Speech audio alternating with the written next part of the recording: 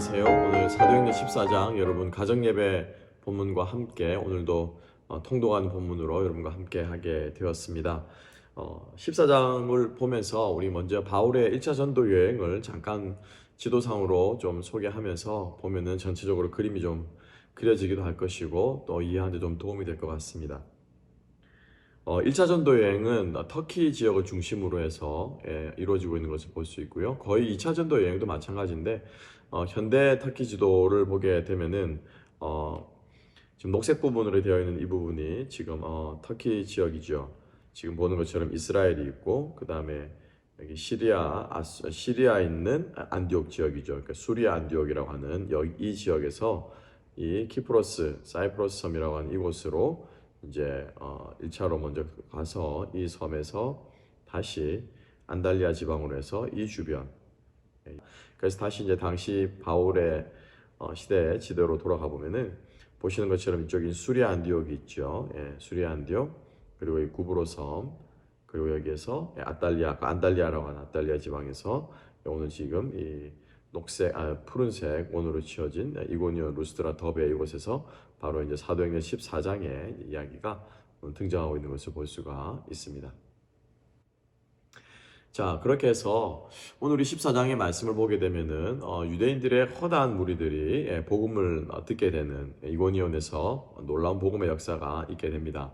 그런데 항상 복음이 증거되어 주는 곳에는 반대 세력이 항상 있습니다. 그리고 오늘은 굉장히 이제 마지막 부분을 보게 되면은 사도행전의 사도 바울의 생명까지 위협하게 되는 돌로 쳐서 거의 죽을 지경에 이르기까지 되는 그러한 장면, 핍박이 있는 것을 볼 수가 있습니다. 항상 복음이 전해지는 곳엔 거기엔 반드시 반대 세력이 있다라고 하는 것이죠. 사단이 가장 싫어하고 또 가장 경계하고 또 가장 대적하는 것이 바로 복음이 전해지는 사역입니다. 그래서 우리들도 그런 경험들 종종 하게 되지요. 그래서 그런 것들이 있을 때마다 우리가 힘들어하고 어려워하고 또 좌절할 것이 아니라 우리가 지금 제대로 가고 있구나, 내가 제대로 신앙생활 하고 있구나라는 생각을 가지고 우리가 함께 복음을 나누고 전하는 일에 우리가 힘쓰는 그러한 우리 하나의 교회 모든 성도님이 되었으면 좋겠습니다. 자, 그래서 오늘 1절부터 7절까지를 보게 되면은 수많은 사람들이 이고니온에서 헬라인과 유대인들의 허다한 무리가 바울의 말을 듣게 되지만은 유대인들 중에서 이것을 시기 질투한 사람들이 바울을 돌로 치려고 달려들자 생명의 위협을 느껴서 바로 인근한 루스드라 지역으로 바울이 이제 도피하고 있는 장면을 볼 수가 있습니다. 이제 이 루스드라에서는 이제 기적이 일어나고 있죠. 그래서 말씀에 이어서 이고니온 지역에서 말씀 사역, 그리고 루스드라 지역에서는 이제 이적 사역이 누가가 지금 이렇게 순서대로 교차적으로 기록하고 있는 것을 볼 수가 있습니다. 자, 루스드라 지역에서 일어났던 남에서부터 안진뱅이가 일어나 걸었던 이 사건 때문에 바울과 바나바는 신으로 허메와 스스라고 하는 신으로 추앙받게 되고 사람들이 섬기려고 합니다. 이 스스가 제우스고요. 이제 허메가 헤르메데우스라고 해서 통역하는 그러한 신인 거죠. 그래서 바울이 전도하고 또 이 바나바가 그것을 번역하거나 또 옆에서 말을 이어주고 조력하는 모습을 보면서 사람들이 그렇게 두 사람을 섬기려고 했던 것 같습니다. 우리가 좀 주목해 볼 것은 사람들의 눈에는 이제 기적만 보이는 것이죠. 말씀을 듣는 것이 아니라 기적을 본 사람들의 반응, 그리고 또 앞부분에 이고니온에서는 말씀을 들은 사람들의 이 두 반응이 아주 극명하게 나누어지는 것을 볼 수가 있습니다. 우리는 기적에 반응할 것인가, 말씀에 반응할 것인가, 또 그 말씀에 대해서 우리가 어떻게 반응할 것인가, 우리가 사도행전을 통해서 지속적으로 우리에게 도전하는 장면입니다. 복음이 어떻게 전해지고 또 거기에 대한 어떻게 저항하는 세력들, 또 핍박과 박해가 있으며 또 그것이 어떻게 그 핍박과 박해를 뚫고 복음이 계속해서 확장되어져 가는가는 사도행전은 끊임없이 우리들에게 보여주고 있습니다. 그래서 그 모든 것들이 가능하게 하는 원동력은 바로 다름 아니라 성령의 역사가 바로 그 주 원동력이다라고 하는 것이죠. 자, 그래서 바울은 루스드라 지역에서 이렇게 기적과 함께 사람들의 오해를 또 고쳐주면서 모든 영광을 하나님께 돌리는 장면을 볼 수가 있습니다. 바울이 이 영광을 하나님께 돌리는 이 장면을 보시면서 여러분 무슨 생각이 드셨습니까? 그 헤롯이 하나님께 영광을 돌리지 않다가 충이 먹어 죽은 그 헤롯의 모습 혹시 연상되지 않았는지 모르겠습니다. 하나님께서 받으셔야 될 영광을 사람이 취하게 될 때 하나님께서 기뻐하지 않으실 뿐만 아니라 반드시 그 영광을 되찾으신다라고 하는 것을 우리가 다시 한번 마음속에 좀 새겨볼 수 있었으면 좋겠습니다.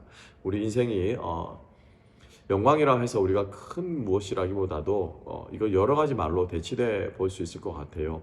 자기 만족이라고 할 수도 있을 것이고 자기 목표라고 생각할 수도 있을 것이고, 무엇이 되었든지 간에 하나님이 아닌 자기를 중심으로 한 인생의 모든 추구하는 것들은 바로 하나님의 영광을 우리가 취하는 것으로 하나님께 영광을 돌리지 않는 모습으로 우리가 생각해 볼 수 있을 것 같습니다. 그래서 이 바울과 바나바의 모습을 보면서 다시 한번 우리 인생의 영광을 하나님께 돌리는 그러한 우리가 되었으면 좋겠고요.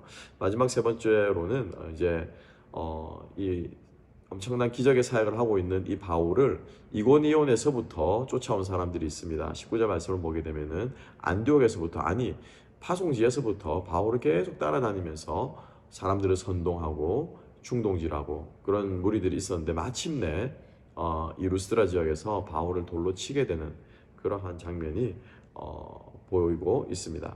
너무나도 충격적인 사건이었고, 이것보다 사실은 더 큰 사건 사고, 더 크게 기록할 만한 사건 사고가 없을 정도로 아주 중요한 일이죠. 큰 사고였음에도 불구하고 참 의아한 것은 누가는 이런 것들에 대해서는 전혀 기록하고 있지 않다라고 하는 것이죠. 바울이 어떻게 극적으로 돌에 맞아 죽은 것 같았는데 버렸지만은 다시 살아나서 돌아오게 되었고, 누가 그를 구출해 주었고, 뭐 이런 일들에 대해서는 전혀 언급하고 있지 않습니다. 오히려 이 본문의 말씀을 읽다가 보면은 정말 사도 바울이 초인적인 힘이 생겨서 그냥 멀쩡하게 다시 살아나는 뭐 그런 기적을 경험한 것처럼 우리가 느껴질 정도로 누가는 그 고난과 고통에 대해서는 오히려 처연한 모습들을 보이고 있는 것을 우리가 기록을 통해서 볼 수가 있습니다. 고난을 대하는 우리 초대교회 성도들의 자세가 아닐까라는 생각도 해보게 됩니다.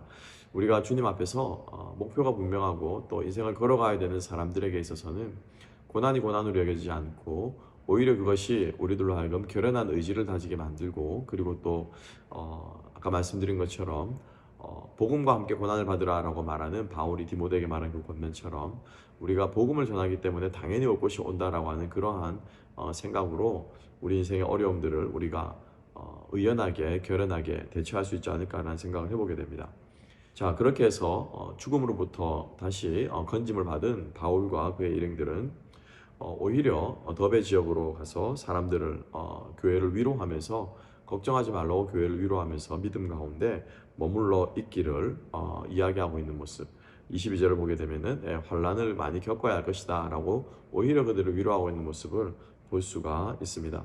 그래서 이런 것들을 보게 될 때 기적은 기적대로, 고난은 고난대로, 그 어떤 것이 바울의 일행 가운데 닥친다고 할지라도 이 모든 것을 바꾸어서 복음을 전하고 사람들을 위로하고 불신자들에게 살아계신 하나님을 증거하는 도구로 지금 바울과 그의 일행들이 사용하고 있는 모습들을 볼 수가 있습니다.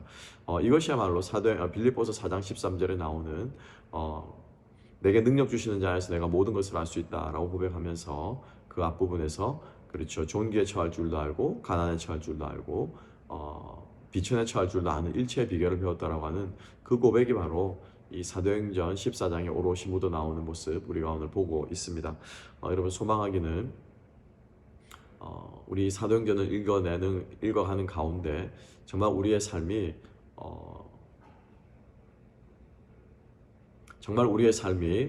그들과 똑같을 수는 없지만은 그들과 똑같은 고난, 육체의 고난과 또 생명을 내어놓는 그러한 고난을 당하지는 않지만은 우리의 삶의 현장 가운데서 충분히 그들이 겪어왔던, 그리고 그것을 이겨냈던 믿음의 원리들이 우리들의 삶 속에 적용될 수 있으리라 믿습니다. 다시 한번 우리 14장의 말씀을 붙잡고 우리 오는 하루도 승리할 수 있는 저와 여러분 될 수 있기를 소망합니다.